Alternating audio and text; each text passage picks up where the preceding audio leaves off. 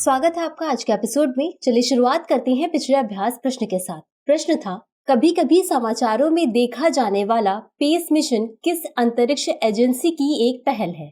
ए ISRO, B NASA, सी Roscosmos या D JAXA. इस प्रश्न का सही उत्तर है विकल्प बी नासा। चलिए देखते हैं इसके विश्लेषण को। नासा स्पेस मिशन को लॉन्च करने की तैयारी कर रहा है। स्पेस मिशन का पूरा नाम plankton aerosol cloud ocean ecosystem है। इसका उद्देश्य पृथ्वी के वायुमंडल की समझ को बढ़ाना है। इस मिशन में प्रकाश, एरोसोल और बादलों की परस्पर क्रिया का अध्ययन करने के लिए उन्नत पोलीमीटर की तैनाती देखी जाएगी। इससे वायु गुणवत्ता और जलवायु पर इन कारकों के प्रभाव के बारे में हमारी समझ बढ़ेगी। इसलिए विकल्प बी सही है। तो चलिए एपिसोड की शुरुआत करते हैं पहले प्रश्न के साथ। रेल कौशल विकास योजना के संबंध में निम्नलिखित कथनों पर विचार कीजिए। एक, यह युवाओं को विभिन्न व्यवसायों में व्यावसायिक प्रशिक्षण प्रदान करने के लिए भारतीय रेलवे की एक पहल है। 2, इसका उद्देश्य उम्मीदवारों को विशेष रूप से रेलवे परिचालन से संबंधित इंजीनियरिंग और तकनीकी कौशल में प्रशिक्षित करना है। 3, इसके तहत सभी ट्रेंडों में प्रशिक्षण अवधि एक समान है। उपरोक्त में से कितने कथन सही हैं? ए केवल 1, बी केवल 2, सी सभी 3, डी कोई भी नहीं। इस प्रश्न का सही उत्तर है विकल्प ए केवल 1। चलिए देखते हैं इसके विश्लेषण को। हाल ही में रेल मंत्री ने स्पष्ट किया कि रेल कौशल विकास योजना के तहत कुशल उम्मीदवारों को भारतीय रेलवे में नौकरियों के लिए कोई प्राथमिकता नहीं मिलेगी। बता दें कि रेल कौशल विकास योजना वास्तव में भारतीय रेलवे द्वारा शुरू की गई एक पहल है। यह पहल युवाओं को विभिन्न व्यवसायों में व्यावसायिक प्रशिक्षण प्रदान करने पर केंद्रित है, जिसका उद्देश्य उनकी रोजगार क्षमता को बढ़ाना है। इसलिए कथन 1 सही है। हालांकि इस कार्यक्रम में रेलवे परिचालन से संबंधित कौशल में प्रशिक्षण शामिल है, लेकिन यह इंजीनियरिंग और तकनीकी ट्रेंडों तक सीमित नहीं है। इसलिए कथन 2 सही नहीं है।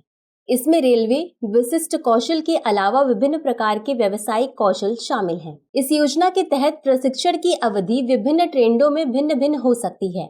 इसलिए कथन 3 सही नहीं है। इस प्रकार विकल्प ए सही है। अगला प्रश्न है, logistic ease across different states यानी लीड्स परसेप्शन सर्वे किसके द्वारा जारी किया गया है?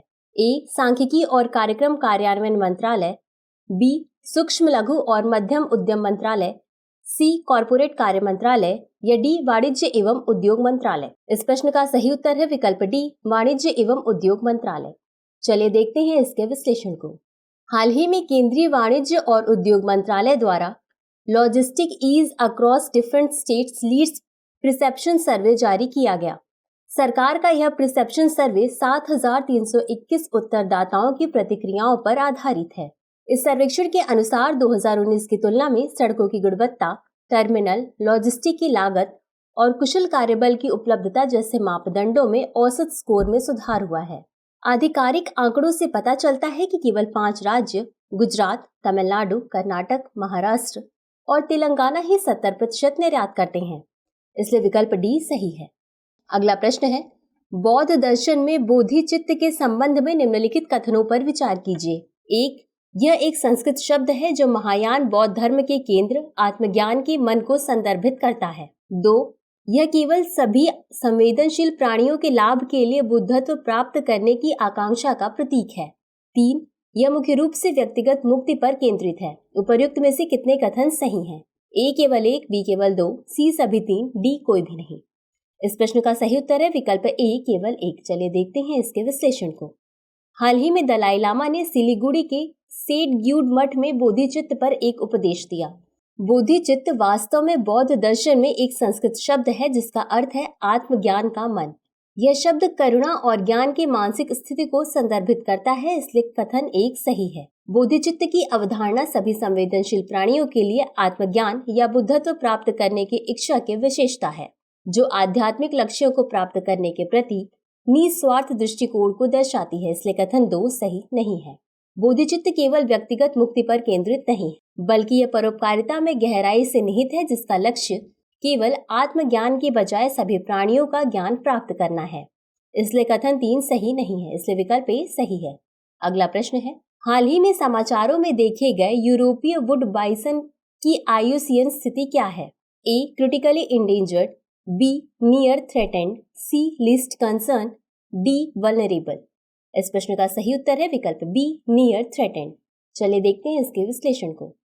हाल ही में द रॉयल सोसाइटी द्वारा यूरोपीय वुड बाइसन की स्थिति पर एक अध्ययन प्रकाशित किया गया था। बता दें कि यूरोपीय बाइसन यूरोप का सबसे बड़ा और सबसे भारी स्थलीय स्तनपायी है।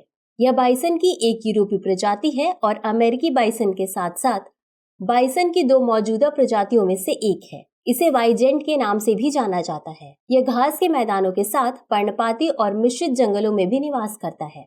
इसकी आयुसीन स्थिति नियर थ्रेटेंड है, इसलिए विकल्प बी सही है। अगला प्रश्न है, हाल ही में समाचारों में देखी गई दवा केटामाइन के संबंध में निम्नलिखित कथनों पर विचार कीजिए। 1. यह एक एनेस्थेटिक है। 2. इसका उपयोग अवसाद के इलाज के लिए भी किया जाता है। उपर्युक्त में से कौन सा या कौन से कथन सही है या सही है? ए केवल 1, बी केवल 2, सी 1 और 2 दोनों, डी न तो 1 और न ही 2। इस प्रश्न का सही उत्तर है विकल्प सी 1 और 2 दोनों। चलिए देखते हैं इसके विश्लेषण को। हाल ही में एंजल्स काउंटी मेडिकल परीक्षक के कार्यालय ने एक शव परीक्षण रिपोर्ट जारी की, जिसमें कहा गया कि प्रसिद्ध अभिनेता मैथ्यू पेरी की मृत्यु केटामाइन के तीव्र प्रभाव से हुई है। बता दें कि केटामाइन एक एनेस्थेटिक है जिसे अमेरिकी ड्रग एनफोर्समेंट एडमिनिस्ट्रेशन द्वारा हेलुसिनोजेन के रूप में सूचीबद्ध किया गया है, इसलिए कथन 1 सही है। इसे डिसोसिएटिव एनेस्थेटिक हेलुसिनोजेन कहा जाता है क्योंकि यह दर्द और पर्यावरण से अलगाव की भावना पैदा करता है। अवसाद और अन्य मानसिक बीमारियों के इलाज के लिए इस दवा का उपयोग हाल ही में हुआ है, इसलिए कथन 2 सही है। इसका उपयोग एक मनोरंजक दवा के रूप में भी किया जाता है, जिसे क्लब जाने वालों के बीच के या स्पेशल के नाम से जाना जाता है, इसलिए विकल्प सी सही है। अगला प्रश्न है, हाल ही में निम्नलिखित में से किसके द्वारा दक्षिण पूर्व एशिया ओपियम सर्वेक्षण 2023 जारी किया गया? ए विश्व बैंक, बी ड्रग्स और अपराध पर संयुक्त राष्ट्र कार्यालय, सी संयुक्त राष्ट्र पर्यावरण कार्यक्रम या डी ब्रिक्स। इस प्रश्न का सही उत्तर है विकल्प बी ड्रग्स और अपराध पर संयुक्त राष्ट्र कार्यालय। चलिए देखते हैं इसके विश्लेषण को। हाल ही में ड्रग्स और अपराध पर संयुक्त राष्ट्र कार्यालय ने दक्षिण पूर्व एशिया ओपियम सर्वेक्षण 2023 खेती, उत्पादन और निहितार्थ शीर्षक से एक रिपोर्ट जारी की। इस रिपोर्ट के मुताबिक दक्षिण पूर्व एशिया के गोल्डन ट्रायंगल में अफीम की खेती में उल्लेखनीय वृद्धि हुई है। गौरतलब है कि गोल्डन ट्रायंगल आमतौर पर दक्षिण पूर्व एशिया के एक क्षेत्र को संदर्भित करता है जो अवैध ड्रग्स, विशेष रूप से अफीम के उत्पादन के लिए जाना जाता है। यह एक ऐसा क्षेत्र है जहां तीनों देशों म्यांमार, लाओस और थाईलैंड की सीमाएं मिलती हैं और यह क्षेत्र देशों के कुछ हिस्सों को कवर करने वाले अफीम उत्पादक क्षेत्र को संदर्भित करता है, इसलिए विकल्प बी सही है। अगला प्रश्न है, Bharat new car assessment programme यानी NCAP के संबंध में निम्नलिखित कथनों पर विचार कीजिए। 1. यह क्रैश परीक्षण कारों के लिए एक स्वदेशी स्टार रेटिंग प्रणाली है। 2. यह कार निर्माताओं के लिए अनिवार्य है। 3. यह केंद्रीय सड़क परिवहन संस्थान द्वारा संचालित है। उपर्युक्त में से कितने कथन सही हैं? ए केवल 1, बी केवल 2, सी सभी 3, डी कोई भी नहीं। इस प्रश्न का सही उत्तर है विकल्प बी केवल 2। चलिए देखते हैं इसके विश्लेषण को। हाल ही में Bharat new car assessment programme के तहत कारों की क्रैश टेस्टिंग का पहला दौर सफलतापूर्वक पूरा हो गया है। सड़क परिवहन और राजमार्ग मंत्रालय ने क्रैश परीक्षण कारों के लिए NCAP नामक एक स्वदेशी स्टार रेटिंग प्रणाली शुरू की है। इसके तहत वाहनों को टक्कर में उनकी सुरक्षा का संकेत देने के लिए 1 से 5 स्टार के बीच आवंटित किया जाएगा, इसलिए कथन 1 सही है। भारत NCAP के तहत ऑटोमोबाइल निर्माताओं द्वारा स्वेच्छा से नामांकित कारों का जल्द ही ऑटोमोटिव उद्योग मानक 197 में निर्धारित प्रोटोकॉल के अनुसार क्रैश परीक्षण किया जाएगा, इसलिए कथन 2 सही नहीं है। इस कार्यक्रम का संचालन केंद्रीय सड़क परिवहन संस्थान यानी CIRT द्वारा किया जाता है, इसलिए कथन 3 सही है, इसलिए विकल्प बी सही है। अगला प्रश्न है, निम्नलिखित में से किस देश की सीमा ओमान के साथ नहीं लगती है? ए संयुक्त अरब अमीरात, बी सऊदी अरब, सी कुवैत, डी यमन। इस प्रश्न का सही उत्तर है विकल्प सी कुवैत। चलिए देखते हैं इसके विश्लेषण को। हाल ही में भारत के प्रधानमंत्री ने ओमान के सुल्तान हैथम बिन तारिक से मुलाकात की। इस मुलाकात के दौरान दोनों देशों के नेताओं ने वाणिज्य, संस्कृति, रक्षा, नवाचार और अन्य क्षेत्रों में सहयोग को मजबूत करने के तरीकों पर चर्चा की। आपको बता दें कि ओमान पश्चिम एशिया में स्थित एक देश है। यह अरब प्रायद्वीप के दक्षिण पूर्वी तट पर स्थित है और फारस की खाड़ी के मुहाने तक फैला हुआ है।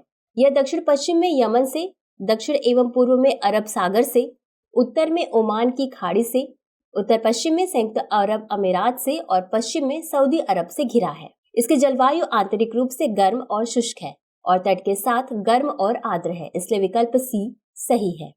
अगला प्रश्न है, निम्नलिखित में से किस दिन गोवा मुक्ति दिवस मनाया जाता है?